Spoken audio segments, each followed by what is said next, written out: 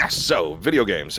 So my grandmother, who is long past, my grandma Z, she used to have, because her sons grew up when they came out and stuff like that, the original Nintendo, the NES, and the Super Nintendo. So she had those downstairs. She had two regular NES systems in 2 rooms, then one of them at a Super Nintendo.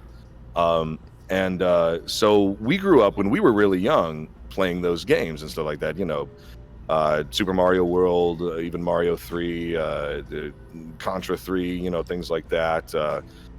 Zelda, the original Link to the Past and things like that. So different Zelda games. So, that kind of thing. So we were used to playing those. So give me a side scroller and I'm happy. But it's games like Valorant that are, like multiplayer online. Oh my God, it's frantic and everything is everywhere. Like that's the kind of thing where I'm like, okay, I gotta sit down. Like this is a lot. It's hard, dude. It's a little too intense game. for me. Yeah, it's a little too intense for me. Like I've not played.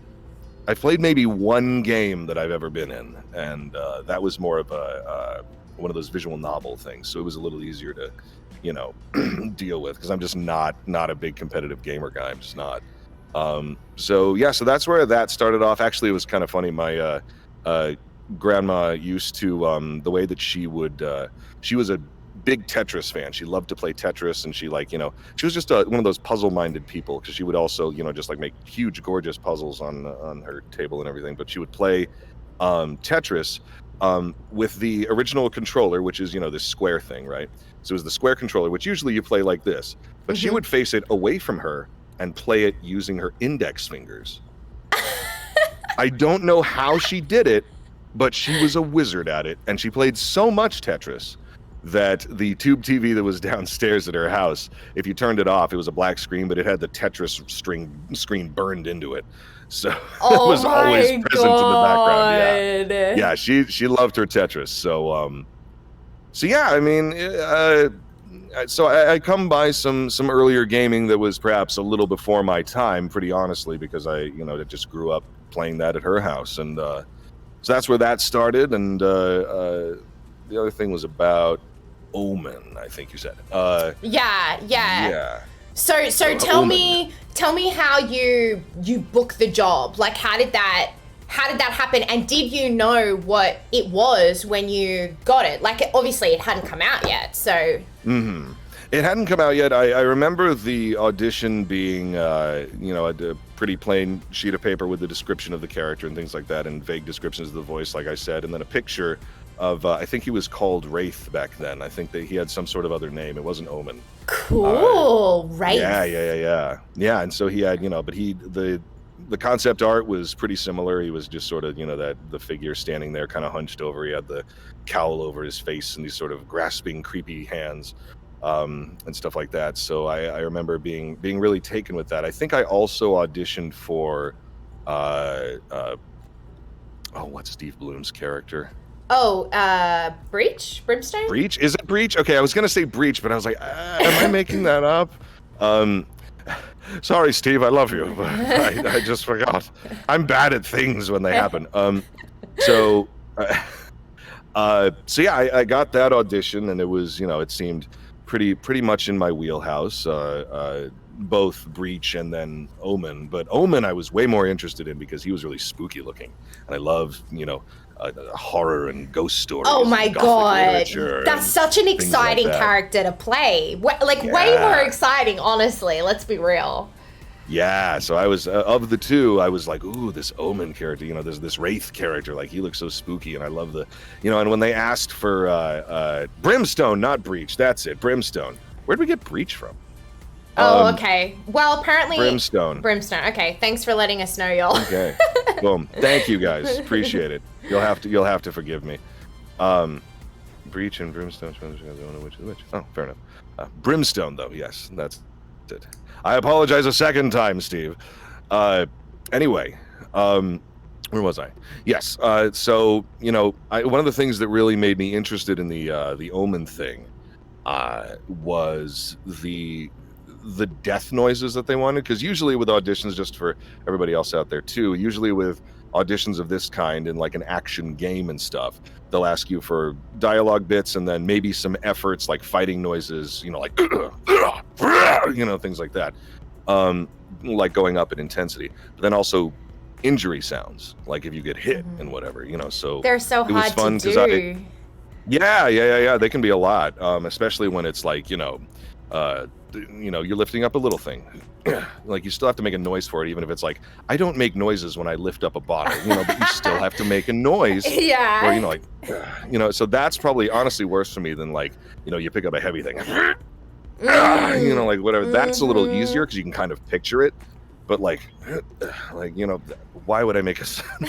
But everything has to have a noise. It's kind of like in movies. If someone aims a gun, it's going to make a cocking sound, even if they didn't do anything to it. Yeah. You know, it's just one of those things. But yeah, so I got, the thing that intrigued me the most was the sort of death rattle sounds that they wanted. Because I thought, ooh, what if they're like really spooky, like hollow, like sort of weird noises, you know? Like, oh my goodness. You know, things like that, just weird, hollow, wispy, ethereal, strange sounds. So I got to, I have goosebumps. yeah, so I got to do all these weird things with that, and I think that might have been one of the things that endeared them to me, was that I was willing to make strange sounds. And then, yeah, so I got the callback for that after I auditioned, and when I went in, they had there were a couple of other actors who were also in the callback, and so we were just sort of chatting, and you know, like, hey.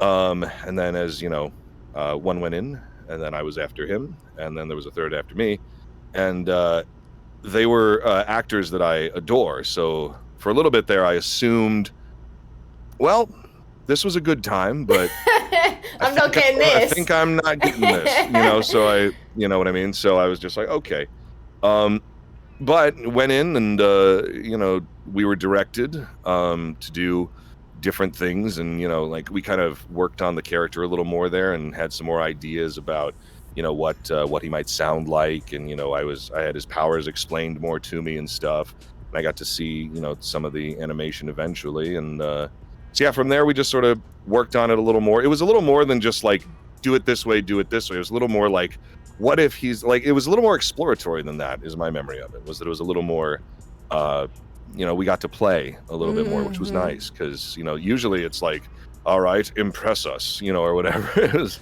But I didn't get that sense at all. Yeah, so it was nice, and that's and then, you know, a couple weeks later or whatever, I was told that I booked the character, and I was like, oh wait, oh no, really? Yeah. Why? But I decided not to ask why. Yeah, best not to. Best to just thank the stars and be pleased that you know, being anything but grateful for the work you get, and then being able to do this for a living is the wrong approach, I think, you know.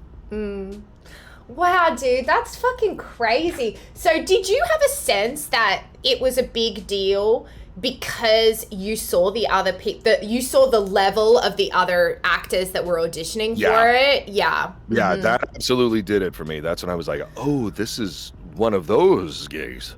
Yeah. I see. You know, like, it was very, kind of, so not that I was going in there like, whatever, but, you know, it was definitely like, oh, I'd better put my tie on and do the, you know, I'd better straighten up, and this is big time adults, you know, like whatever.